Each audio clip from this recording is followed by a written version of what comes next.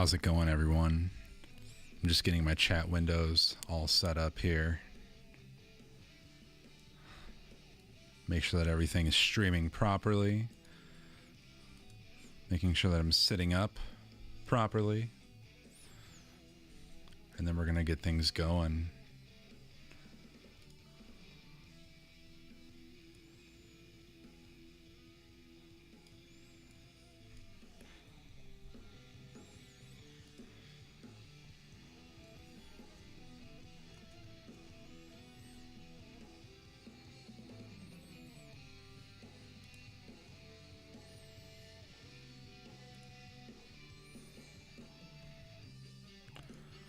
All right, looks like everything is live.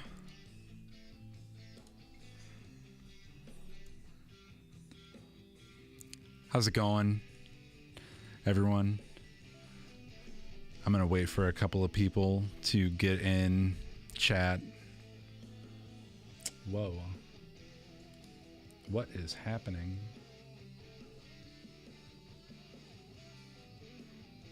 Hold on one second. I'm going to fix whatever's happening in OBS.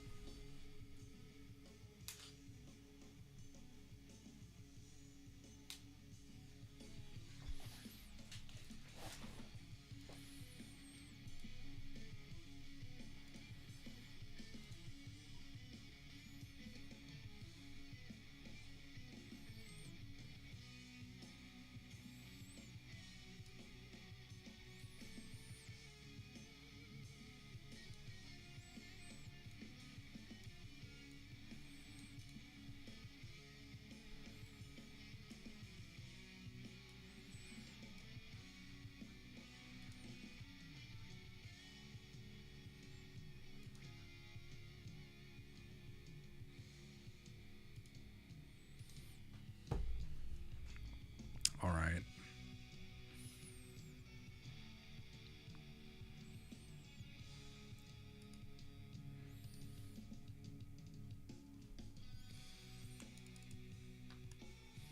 All right, that should do it.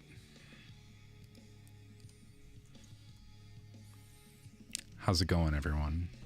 All right. Looking way more normal now. I don't know why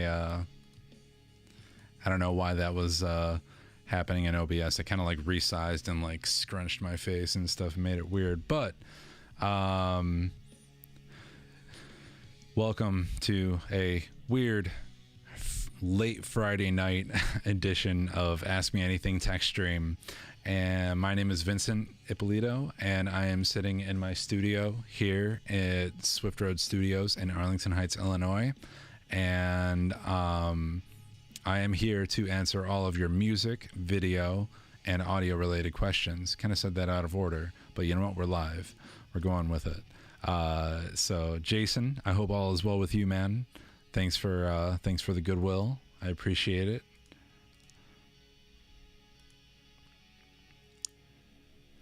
Looks like we got a few people on Facebook. We got a friend on Twitch, and we got a friend on YouTube. Oh, we have a couple of friends on YouTube. That's pretty cool. So, I got a late start today because I was working with one of my designer friends who is putting together an entire new logo package for the studio, letting me, like pick fonts and letting me like change things that are going to say on our window outside. Anyone who's been here over the past 2 years has always asked me like, oh, what's the sign on the outside? It's for the old studio. And I'm finally getting that done. I've been through a few different designers now, and this guy is just really putting it together great and really knocking it out of the park. So I wanted to get all that finalized and set properly before I left there. So I'm sorry that this is late, and I'm also sorry that I couldn't stream yesterday. There was just too much happening around here, and I had to get, like, the clients always have to come first, kind of how it is. But I'm happy to be here for you for the next hour and see if you guys have any burning questions. If you have projects happening this weekend, if you've got things going on and you're trying to figure out how to use a new piece of gear, trying to learn how to execute some new mix techniques for what you're doing this weekend or whatever's coming up, hit me up with some questions and let's talk some tech. I am currently testing out some new settings on my internet connection right now. Hopefully this stream ends up just a bit smoother than before. I know that I was still having some frame drops even this last session on Tuesday, but hopefully today. And yeah, OBS is telling me that I got like a super good green light on everything, so telling me that my internet connection is doing way better. Restream is telling me that I got 24 frames, pretty steady. Things are looking good. Our very first question of the night. Greg, with always the burning questions. I love it. Is cereal soup? Why or why not? Now, here's the thing. I've got a little bit of a hot take on this, okay? Cereal itself is not soup. Even if you put milk on cereal, it is still not soup. Why is it not soup? Because you didn't let the flavors marry. You didn't let the flavor of the cereal get into the milk. You didn't let the flavor of the milk get into the cereal. So why would it be soup? You didn't actually follow through with it. Just because you put a bunch of stuff in some water and some chicken broth, like, does that make it soup? No, you got to let it marry. You got to let all the bits mix together, right?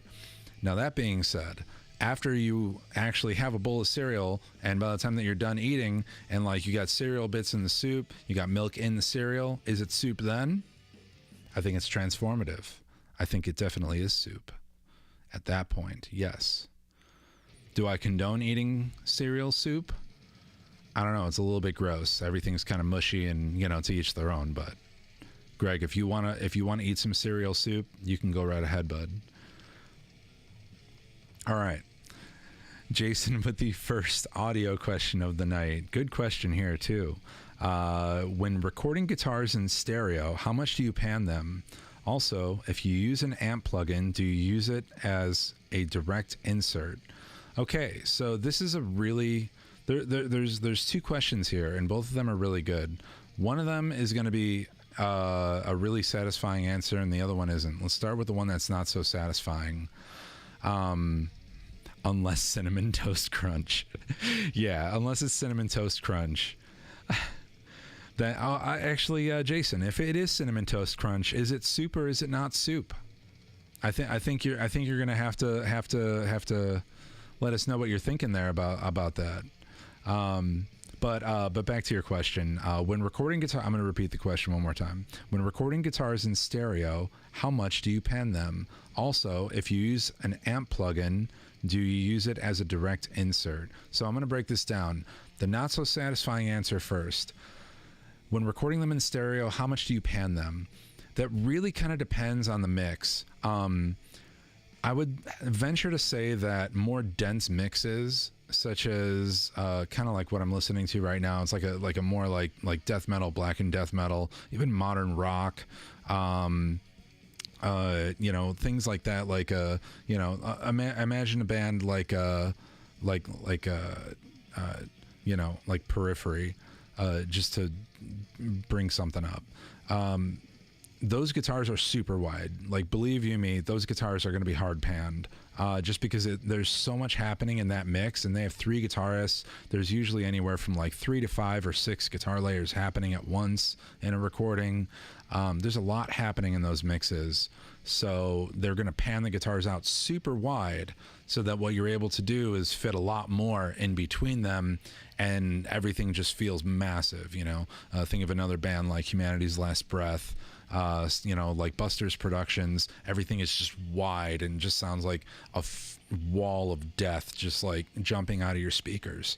So that being said, whenever you're working with lighter bits of rock or indie rock or popular music, guitars can be kind of all over the place. Generally speaking, if you have a stereo guitar mix, they're going to be at least 50% left and right? Like to even like really give you that spatial awareness. But then it's kind of up to you on whether or not it's wide enough or if it's narrow enough. You kind of got to listen to it. Mixes that don't have a whole lot of information in them, and it's mostly about like the vocal in the center, and maybe, like the guitars are playing slightly different parts. You may want to bring them in, especially if the guitars are playing like totally different things. You may want to bring them a little bit closer to center, not too close to center, but just closer than all the way out, because what that does is it marries the parts together like a soup, or a cereal if you're Greg. I would say that it really depends on the mix, on how wide they go. Heavier music, more dense mixes, further out lets you fit more in. More scarce mixes, things that are stripped down more, or the things that are just more simple, bring them in a little bit. Also, and then the second part of your question, if I use an amp plugin, do I use it as a direct insert? So there's kind of 2 answers to this one as well, but both of them are really good answers. Let's say that you have a DI track on your DAW and you record a guitar DI to that track. That's a really nice utility to have. Like, whenever you're recording guitars, you always want to have a DI track, just dry, dead, nothing on it anyways. Makes editing easier. It makes listening for artifacts in your editing, makes easier to listen to exactly where you're cutting. And then on top of that, if you ever need to reamp things, you always just have that there ready to go. It's like a safety. But that being said, to actually run your guitar on that same bus, it's fine, especially because that plugin, you can always change the sound as you need, however you need it. But like, one of the things that I like to do is keep that guitar DI just dry and nothing on it, keep the fader down, that way like nothing ever changes on that track. And what I'll do is I'll take that DI and I'll bust it out to an effects track that has the amp on it. And then what that allows me to do in Cubase, and some programs are different about the way that they let you bust things down and stuff, but But Cubase, as long as you have something going through an effects channel or a group channel, you can assign it. You can assign that output to one of the inputs on a regular audio track. That will let you actually print the guitar sound, and then you can turn off the amp sim, because generally amp sims take up a fair amount of CPU, especially the ones that have come out in the past like 5 years. So yes, you totally, if you have the power and you're just doing something simple, you can definitely run that amp sim just directly on the DI track. But if you are trying to keep your workspace clean, you know that you're going to be doing a lot more work on the track, and you don't necessarily need that amp plugin running live all the time. What you can do is, like I said, bus your DI to an AUX track and have the amp on there, and then print that back to a regular audio track that you can treat just like any mic'd up cabinet situation. And then you've got something a little bit normal, even a bit more reliable to work with, because what you end up with is like standard audio doesn't take up nearly as much resource as running a plugin. Also, a lot of those plugins use different kinds of convolution, which can vary based on just time. Like at any given moment, one palm mute is going to sound different than that exact same palm mute, and just tiny differences. Not that it makes a difference, but it's the same reason why if you have a drum MIDI program that uses humanizing, you want to print that track so that you know exactly how that humanization is going to roll every single time, and it's not different every time you bounce a mix. So it's really helpful to like actually print the guitar track in wet with distortion or cleans or whatever you're running it with. So yeah, you totally can do that. But I like to just take that little extra step, and then you end up with just like an overall cleaner, more reliable workspace. So great question though. Really, really good question.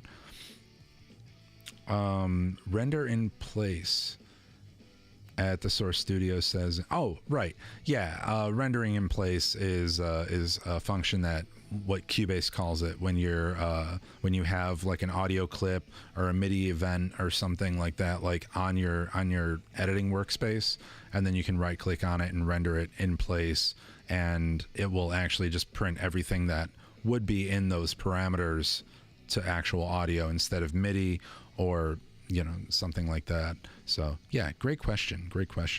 Also, I know I just started a little bit ago, and people are just now starting to come in. How's it going, everyone? How's it going at the Source? It's good to see you again, man. Thanks for joining on a Friday night. Also, Jason and Greg, thank you guys for joining me on a Friday night. I really appreciate it.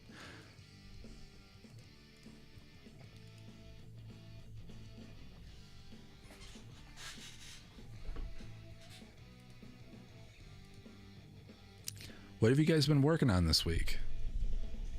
What kinds of things are you guys working on right now? You guys just recording some demos? Are you guys like putting together a new album? Are you working on someone else's album? What are you guys working on?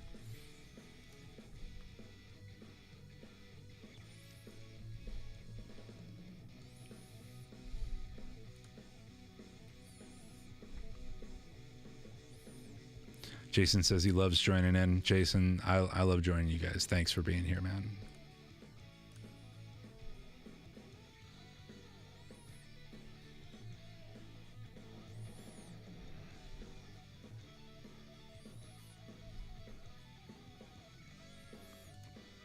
Jason, you're working on pre-pro for your band. Nice. Are you guys working on a new album?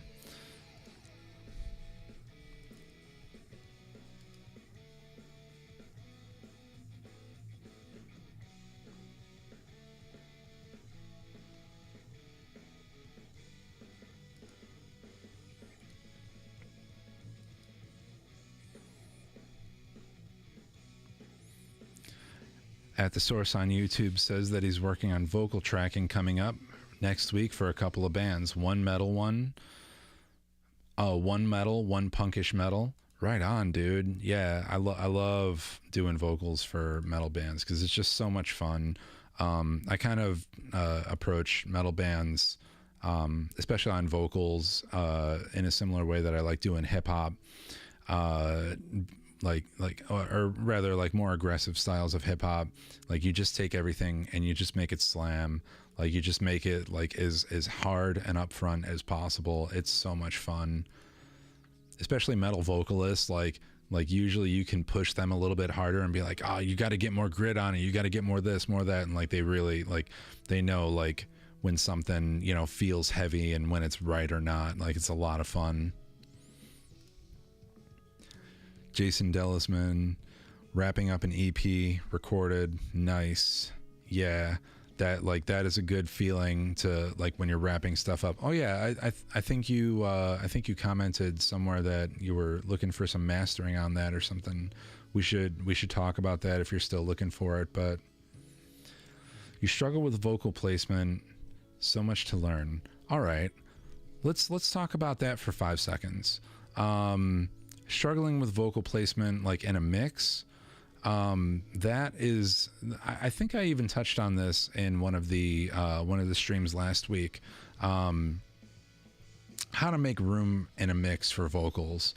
You know, like guitars are going to be highly focused in that same vocal range around like 1 to 2K. Yeah. In mixing. Right. You know, guitars are going to have a lot of information between that like 800 and 2K range. And it's really beneficial to try and balance that out with the vocals using things like EQ, using things like multiband compression, and also, like I was talking about, having that nice like width in between things. You know, I believe your band, you're in Frontline, right? I'm trying to, yeah, totally.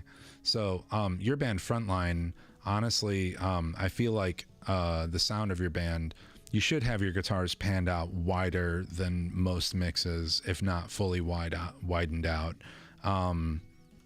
so that the vocals just have as much room in the center as possible, and you still have like you're still presenting all the information, and it doesn't get too convoluted in the center, in the phantom center.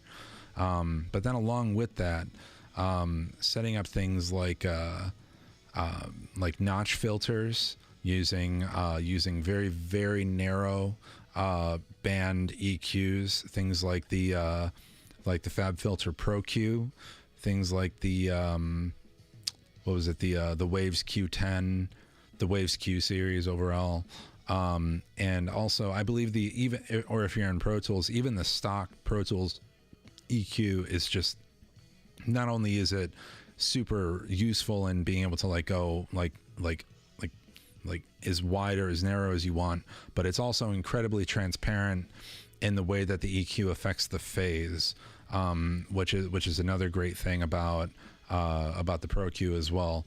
The Waves Q10 is pretty good at that, but overall, that whole idea that you're notching out little bits of information that aren't super necessary to get the point across with the guitars, but they're making more room for the vocals so that you could hear things.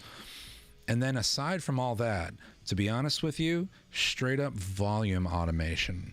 You're in a verse and you're playing guitar, but the vast majority of people are not going to be listening for that guitar. They're going to be listening to the vocals. So the guitars can kind of take a little bit of a back seat. No more than like 2 dB down, you know, like just to like pop the vocals up in people's ears. You're not physically bringing the vocals up, but you're bringing the guitars back so that the vocals have more room out front. And then as things ramp up in a pre-chorus, beg your pardon, or in a chorus, you can kind of have the vocals and the guitars pop up just a little extra, so that your mix actually has some motion to it. I've always wondered, how do you get, you know, I hear the sounds of my mixes, and I like how the drums sound, I like how the bass sounds, I like how the guitars and the vocals and the keys, everything is sounding great, like as it's going through time. or I mean, like in any one instance. But then when I put it all together and it's going from part to part to part, like, why can't I continue to hear everything? Are my compressors not right? This and that? No, it's actually because you have to automate the volume of your mix, and you have to make some hard decisions on what's important and what's not so important. The things that are not so important in any given part of a song, take those levels and just duck them down. Couple dB here and there, like your bus faders, like things that are after compression, like the actual sound that you're going to be hearing. Just knock those down a little bit. Be careful with doing that with things like clip gain, because that's not super reliable if you've got like 3 different compressors running after that.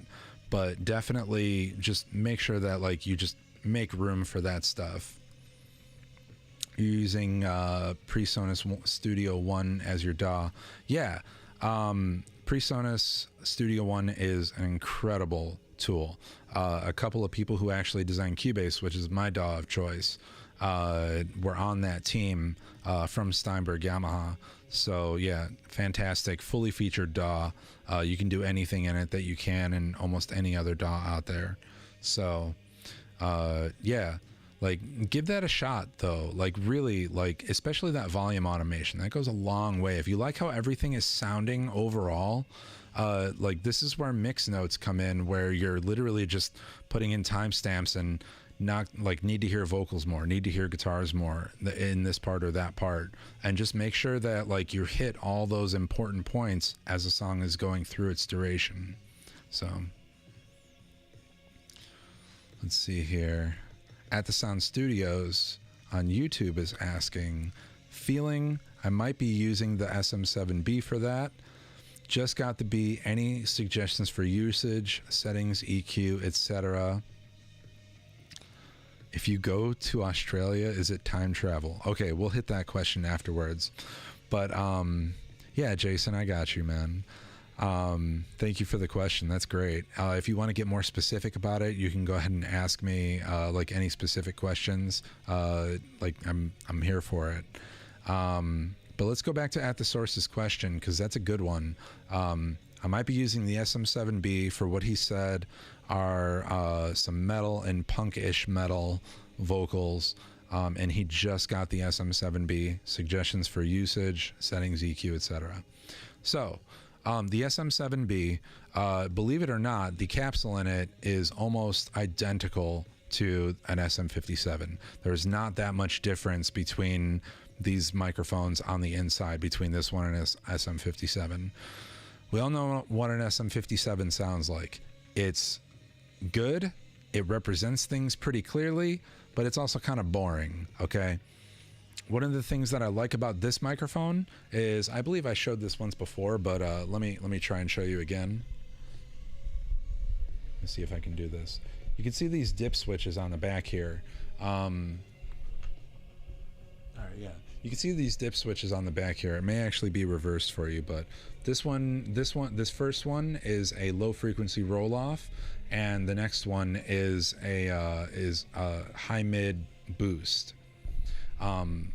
Whenever I'm doing vocals with an SM7B, especially on heavy music, I generally like to keep both of those switches in the up position. That means that you're not rolling off any bass, and you're even adding some high mids to that. It really brings out the aggression, and it really brings out all of the straight, you know, just the rawness of their vocal, and it can hit your preamp a little bit hotter, things like that. Especially with this microphone, since this one, you know, it requires a lot of gain to even run it. But overall, pretty much anytime that I am using this thing for vocals, that high mid spike is always on. Whenever I'm doing talkback stuff like with this, where I'm just talking into it, I naturally have a bassy voice, so I usually do the low cut on the mic anyway, just so that it sounds just a little bit cleaner. But when it comes to, I love using this microphone for metal vocals, punk vocals, hip hop vocals, and I will almost always keep that roll off in the up position, which means flat in the low end. That combined with I would suggest using an EQ that has some kind of set notch filters on it. Not notch filters, I'm sorry. Like the frequencies that you can select for low, high, and mid are like detented. Something like a 1073, like I've talked about recently. This is so that you're not pulling up any kind of frequencies. If you're trying to just take this microphone and make it sound a little more exciting, you'll be reaching for filters that have been tried and true, and such that in a 1073 you got a 1.6K, and then I think a 2.5K, what is it? I'm sorry, 3.2K after that. So like right now what you're hearing is actually like a little bit of boost in the 1.6K on my vocal, and that honestly helps things.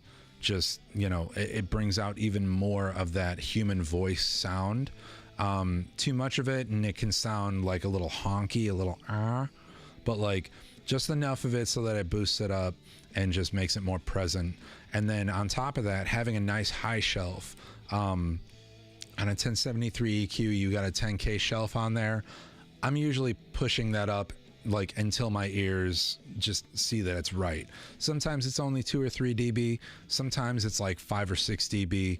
Honestly, like using your ears and like the person's voice, you know, what they actually sound like on the microphone is going to be your best bet. Also, when it comes to more aggressive vocals like in metal and punk and things like that, compression is key. On top of just riding out like the wild dynamics that aggressive styles of music can have, where like something is, you know, like a little quieter and then it's ramping up and then it's really loud and then it's back down again for like a couple of words and then it's back up. You don't necessarily want that in a mix. You want it to always be present, right? So staging your compression is pretty important. You know, I've talked about this before where I'll have it run into a de-esser and then I'll have it run just to kind of catch like the little you know, not killing it, but just like shaving it off. And then it'll run into a compressor that's, again, just shaving off a little bit more of the overall signal. And then I'll run it into an actual compressor, something like the API 2500, where I'll actually, you know, get the sound of the compressor, like the sound of the compressor. Like that's going to ride the majority of it, usually going up, you know, like 6, 7, you know, in more aggressive styles of music, maybe even 10 dB of compression, especially if the person is really, really good with their dynamics. If you push that compressor, another great one is the Empirical Labs Distressor. Like as you're pushing that compressor, you're not just leveling off dynamics. You're also adding a bit of freneticism. Like it makes the vocal a little more frantic in the mix itself. So, you know, and that's where you'll get that anxiety, like from hearing someone screaming their guts out, right? And then from there, you know, take that even more compressed signal, put it into your EQ after that, make your adjustments, and then after that, maybe put it into a slower, more gooey kind of compressor, something like an LA2A, or what is it? What is it? I know what it's called on Waves. It's called a Puig Child, but I think a Fairchild, something like a Fairchild, or like I said, Waves calls it a Puig Child, but things like that. What is? I don't know.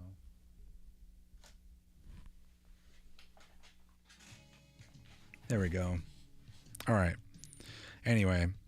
So that means that we're at the 30-minute mark. I still don't know why Magic Lantern shuts off my cameras. Even with Magic Lantern, it still shuts them off after 30 minutes. It's kind of annoying. But that being said, yeah, so stacking your compressors, getting all that compression, getting the and then getting the EQ, and then after that going into a slower, more gooey compressor that the EQ can kind of run into, and it's not going to be super reactive to any bits of low end or high end that you're feeding into it. So yeah. At the Source Studio on YouTube also asking, just wondering, do you like to track at 44K or something higher? If so, why? Okay, what he's asking about is sample rate. So if you don't mind, I'm going to turn this into a small lesson about sample rate. Essentially, the way that digital audio is comprised is that you have these tiny snapshots of audio that are taken X amount of times per second, right? Like that's like digital information is quantized to whatever clock you set it to, which means that you're going to have little bits of information, and then it's going to draw a smooth line for you to listen to in decoding. But sample rate specifically says how many snapshots of audio per second are you going to take, is your computer going to take rather. When you say something like 44K or 44,000 kilohertz, what you're talking about is the fact that every second of audio, every like single second of audio is going to have 44,100 bits of audio that are going to be linked and strung together for you to hear 1 second of that sound.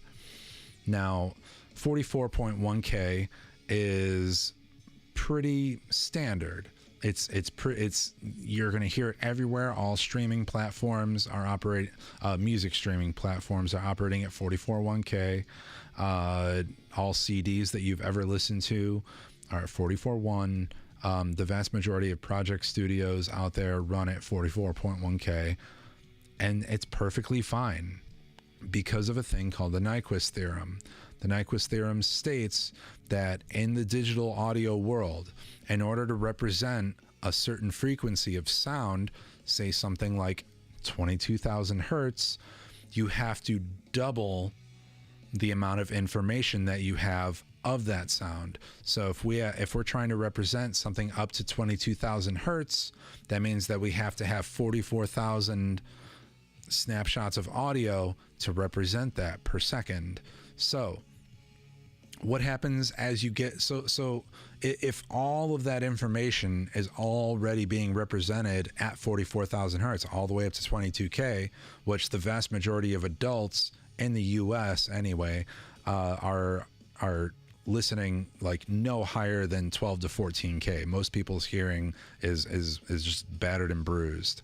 Then why do you even need to hear it up to 22K? Why would you even record at something like 88.2 or 96, let alone 192 or 188? As some like higher end converters do. Why would you need that?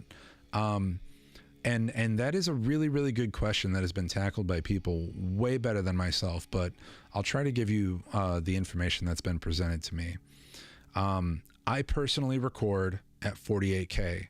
There's two reasons for that. Number one, a lot of the things that I do end up getting sent out for video anyway. Like people like to upload things to YouTube these days, and just having it already at 48K and I can bounce out a 48K mix, it's fine. Also, bouncing out from 48K down to 44.1K doesn't change anything. There are going to be a lot of people out there who are saying that like you lose something in that and the computer, like it doesn't do a good job at it. And that is bull hockey. As soon as you are drawing a new line and you have to re-quantize all the audio, just like you would be doing to render any mix ever, the thing that you're going to lose is just like it's such a minor piece of information, and it's only going to be at the top end that none of us can even hear anyway. And since you're bouncing down for a final product, it really doesn't change anything. That being said, if I had a computer that was much more up to date, if I had a computer that was much better quality and I could do an entire mix at 96K or better, I would. And the reason being that once you start using things like saturators, once you start using things like distortion plugins, anything that's going to add some kind of like frenetic distortion, like I like using the wave stuff a lot because it's what I use, but I like using them for examples, like the 1176 Blue Stripe, the CLA 76, and their particularly their Blue Stripe emulator. When you have that all-in button in, it's actually adding a bit of distortion that you can hear and you can feel, but whenever you're operating in a higher sample rate, there are higher order magnitudes of overtones that can happen with that distortion. And going up to 96K, going up to 192K, those harmonics and frequencies are much better represented. And then especially when you're taking all of that and it's all in a big ball that we'll call your mix, and then you funnel it down, you know, you're starting with like the highest quality thing possible, and then you're funneling it down to the standard listening position. If you're doing detailed work in that mix, you want to be able to hear as much as possible. So if you have a newer computer that's able to record things at 96, and you have the hard drives that can handle that bandwidth, such like SSDs running via USB 3, like definitely do it. Also, know that anytime that you jump up in sample rate, you are going to effectively double the amount of space that one project is going to take. So there are a lot of things to consider there.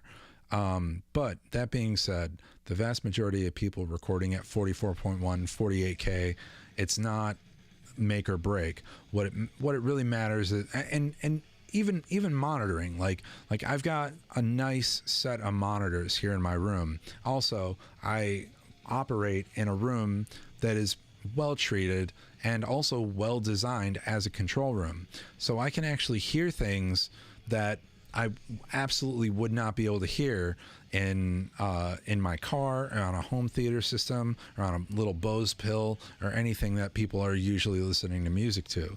But that's how it works, right? You start with the highest quality thing, you do all your detailed work in it, and then you bounce it down into something that's consumable by the average person.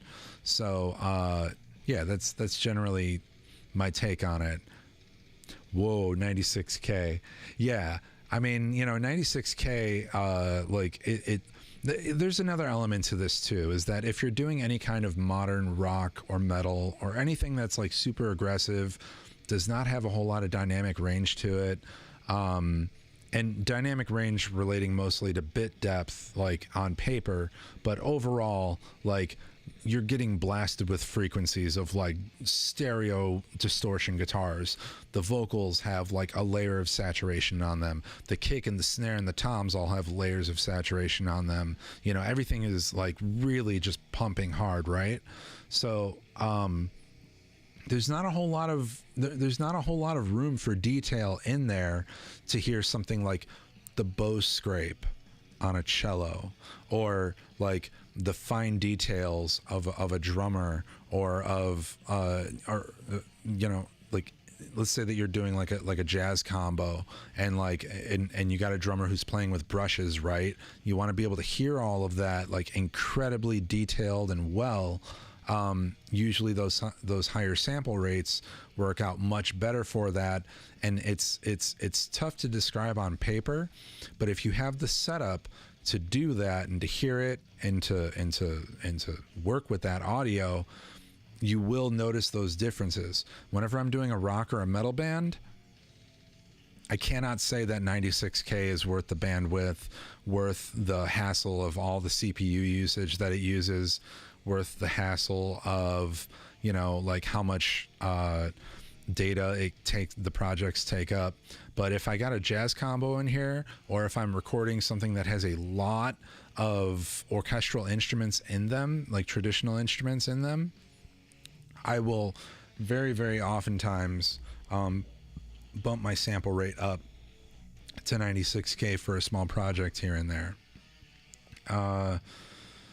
Yeah, so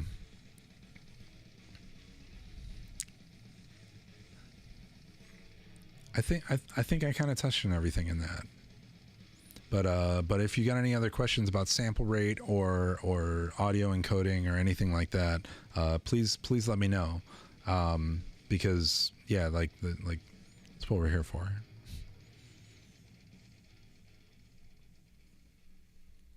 Let me see how our stream is doing here, because I am making sure. I do have some bands coming in next week that are going to be doing some streams live in our live room. So I want to make sure that we've got strong internet connection, that things can stay super stable for them. And I'm still getting green lights on OBS. I'm still seeing that we're running at 24 frames on Restream. Yeah, things are looking pretty solid. Let me know if the video or the audio has any kind of dropouts, or if it's looking choppy or anything like that. But on my end, things are looking pretty solid.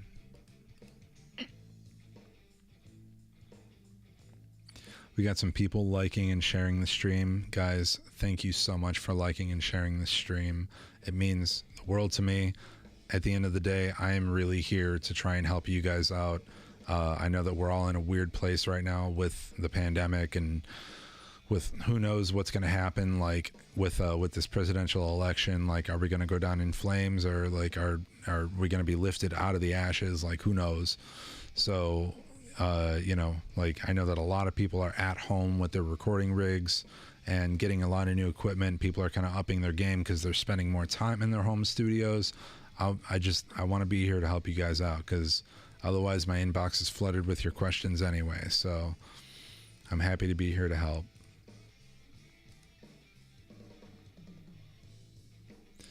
Joseph, thank you so much for the share. Like I said, I really appreciate it. Just for anyone new that's come in, I want to say thank you for being here. My name is Vince, and I'm here to answer all of your audio, video, and music questions. Anything tech related, anything theory related, let's talk. If you got new pieces of gear, you got questions about techniques, let me know what you got. Oh, a good question that At The Source asked me on it. I posted a photo, and I think he asked me a question about it, how I got my meters to look how they do in Cubase. And let me see if I can actually change my setup here a little bit. Here's what my screen looks like when I'm talking to you guys.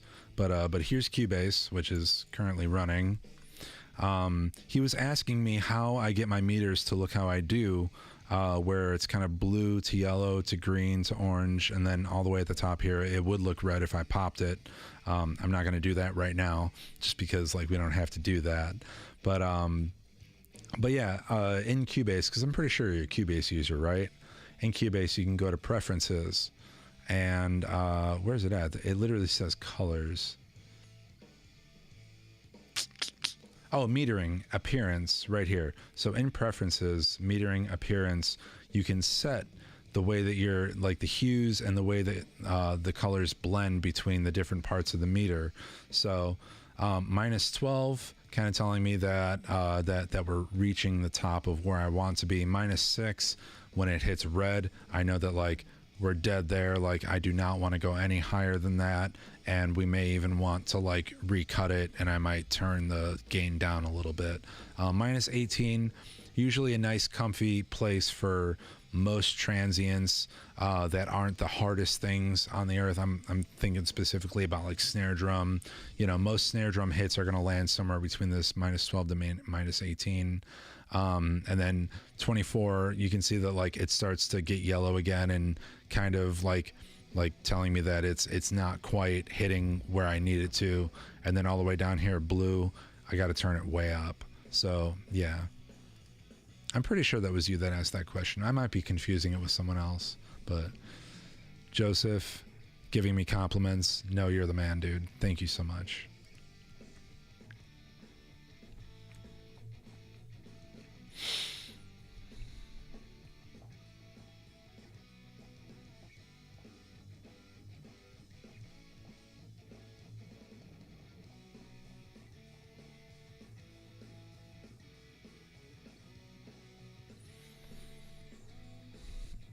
right, so we are going to be streaming tonight until 9 p.m., which is only about 15 minutes away. So if you've got questions about audio, video, or music in any capacity, shape, or form, this is what we're here for. We're answering questions until 9 p.m. tonight.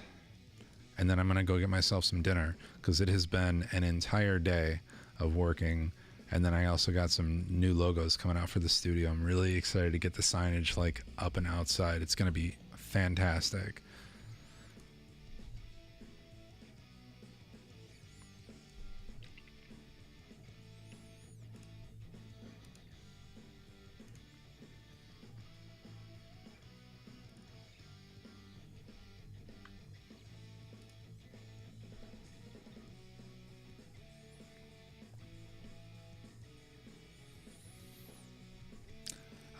Got another question from a friend here on Facebook, Joseph. Where do you like to see levels for gain staging your inputs before they hit any plugins? So this is a really good question. For most things, I do not like exceeding minus 10 dB, maybe minus 8 for most things. Sometimes a snare drum might hit, closer to that minus 8 mark, and that's okay, especially if it's like a double flam on a rim shot, like just big, like the fattest snare hit that you could do. But for the most part, like minus 8 is that top upper limit for me. Most of the time I'm looking for around minus 12 to minus 10.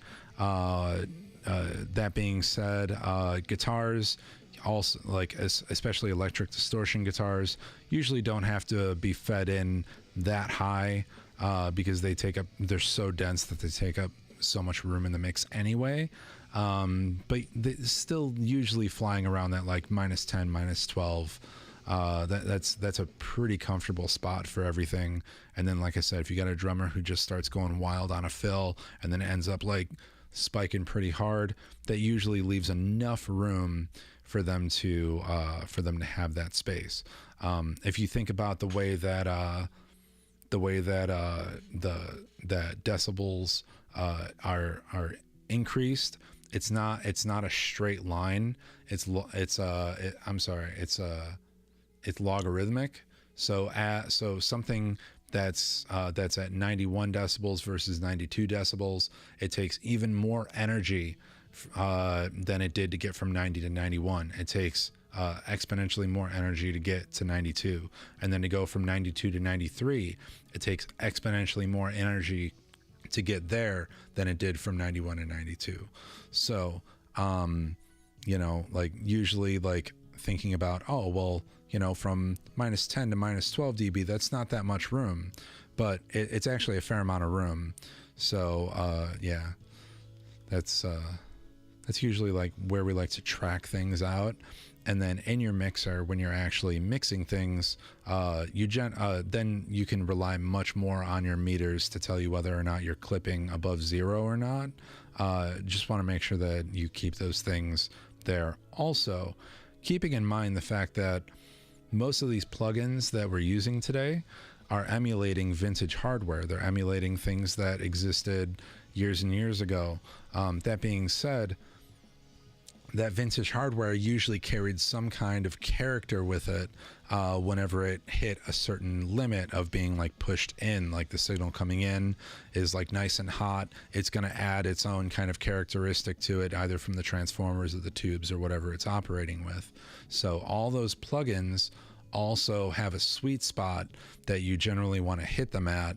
And each one is going to be different. You kind of got to use your ears, but I know that a lot of the wave stuff, usually that like minus 18 to minus 12 is like kind of a sweet spot to hit before going into your plugin into something like a CLA 76 with a blue stripe, with so things like that. All right, another question on Facebook from our friend Joseph. What channel strips or bussing techniques do you like using to get vocals to sit nicely in a mix? More rock style songs, or is it purely contextual kind of thing? So yeah, it is somewhat contextual. but there are some staples to pay attention to. One of the staples being the fact that before you actually even start putting building your chain on a vocal track, you generally want to like have a de-esser on before anything else, just so that any sibilant bits of sound, you know, that kind of horrible like ear shredding sound, just kind of get rode down a little bit. And we're not looking to totally remove it, because then that starts to sound unnatural. But usually starting with a de-esser, and then and I even talked about this early in the stream. Jason was asking about this, making sure that the vocals are always present in a mix. How do you do that without overdoing it or underdoing it? Here's my favorite vocal chain. You start with a de-esser, pretty gentle de-esser. And then after that, I usually go into something like RVox to kind of, because their gate that's built into it, it works a little bit more like an expander. So it'll kind of cut down on headphone sounds, little bits of rustling and movement on their clothing or whatever.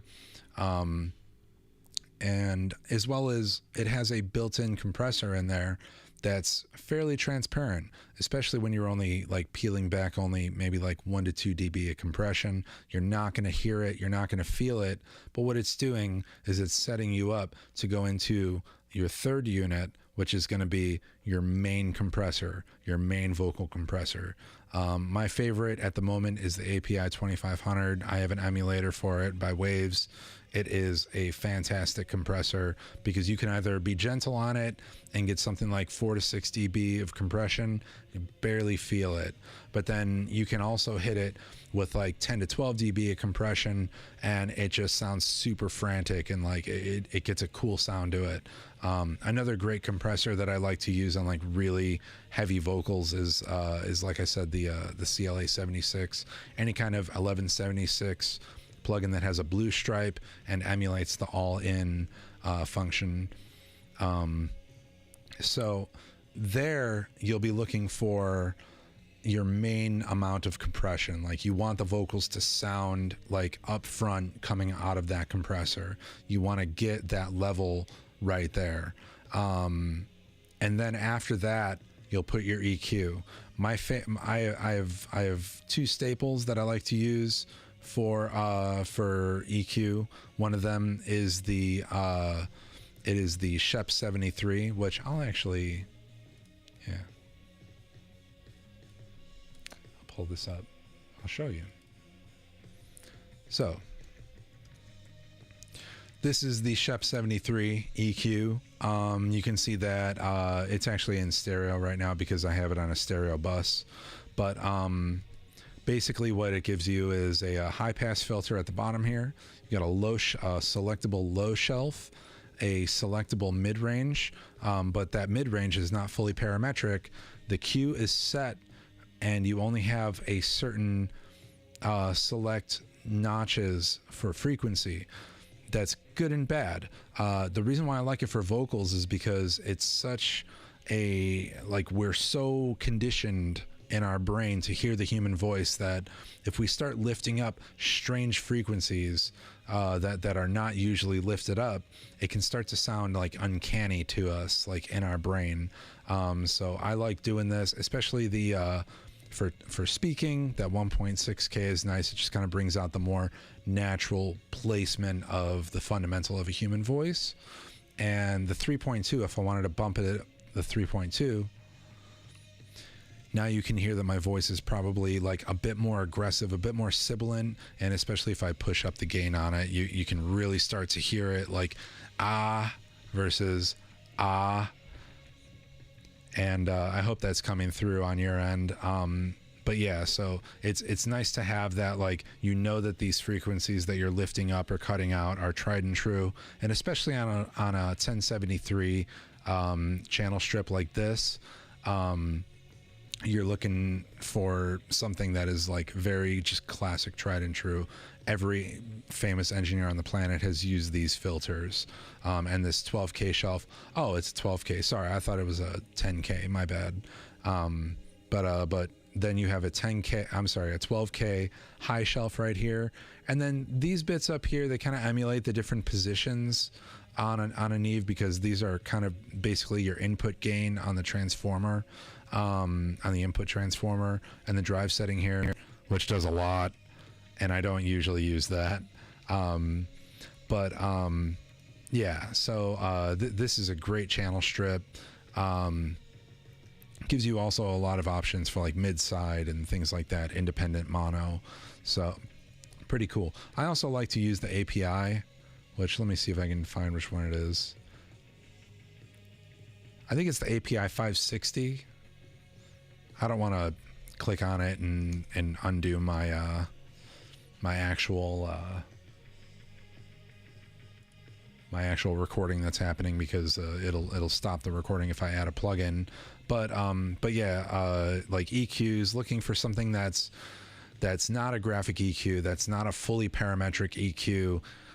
Looking for something that has those set mid-range filters, those set low band filters. That's gonna make sure that you're not like going like too crazy with your EQ, and you're gonna be using filters that are already set, that everyone is already used to hearing. Now from there, you're adding gain by boosting up these frequencies. After that, you've already had 2 compressors in the chain.